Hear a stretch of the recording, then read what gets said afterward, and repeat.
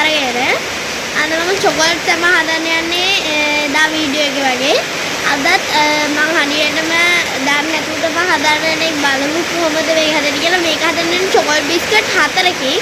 අපි බලමු කොහොමද මේක හදන්නේ කියලා. ඔයාලට ඇහෙනවා අඩු ඇති මොකද ගොඩාක් වහිනවා. අපේ මේ කුස්සිය වහලා තහඩු තියෙන හින්දා ඇහෙනවා අඩුයි. අපි බලමු. මම දැන් මේක ලෙහාගෙන එන්නම්. මේ තියෙන්නේ මම ඉතුරු කරගත් චොකලට් බිස්කට් 4. මට ඊයේ බිස්කට් එක ගෙනාවට පස්සේ මතක් වුණේ මේකක් හදන්න ඕන කියලා. මම 4ක් ඉතුරු කරගත්තා. මේ තියෙන්නේ 4. දැන් අපි මේක භාජන දෙකකට දාගන්න ඕනේ. ක්‍රීම් උයි මේ බිස්කට් උයි වෙනම මම භාජන අරගෙන එන්න. මේ තියෙන්නේ මම ගත්ත භාජන දෙක. එකකට ක්‍රීම් උයි එකකට බිස්කට් උයි දාගන්න ඕනේ. මම මේවා දාගන්න හැන්දක් පාවිච්චි කරනවා. මේ මෙහෙම බිස්කට් එක අරගෙන මේ බිස්කට් එකේ පෙති මේකට දාගන්න ඕනේ. දාලා ඒකේ ක්‍රීම් ටික මෙහෙම දාගන්න ඕනේ. ඊට පස්සේ බිස්කට් එක මෙහෙම දාගන්න ඕනේ.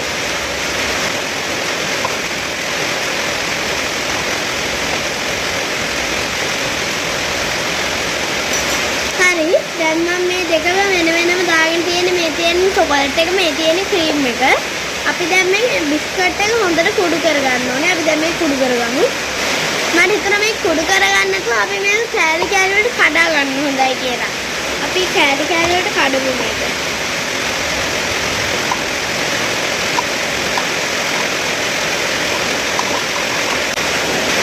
හරි guys, දැන් මම මේක කෑලි කෑලි වලට කඩා ගත්තා.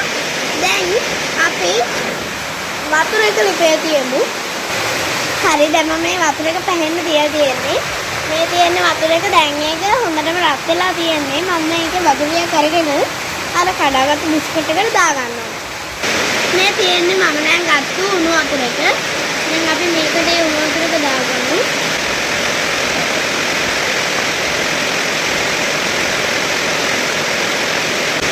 ඊට පස්සේ මේ උණු වතුර දාලා මේක හොඳට කවලම් කරගන්න ඕනේ.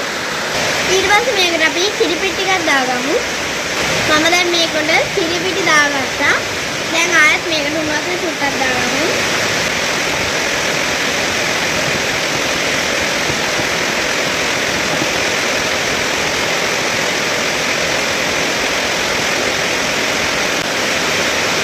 දැන් මේ ක්‍රීම් එකත් මම මේකටම දාගන්නවා. දාලා හොඳට කවලම් කරගන්න ඕනේ.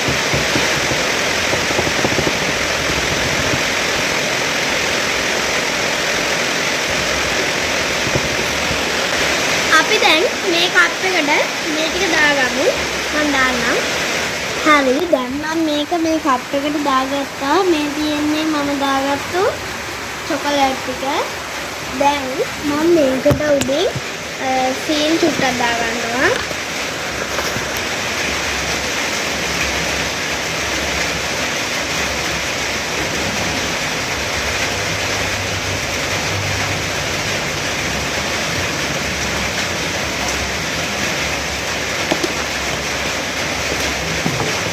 සීනි චුට්ටකුයි කිරිදෙල් චුට්ටකුයි උඩින් දාගන්න ගොඩක් නෙමෙයි.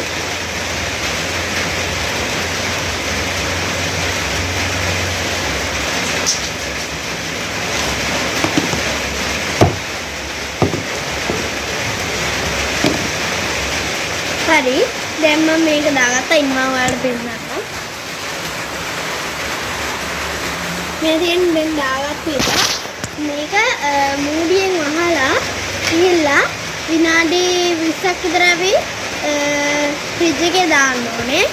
ඉතින් දාලා ඔයාලත් මේ වගේ ලස්සන චොකලට් එකක් හදලා බලන්න.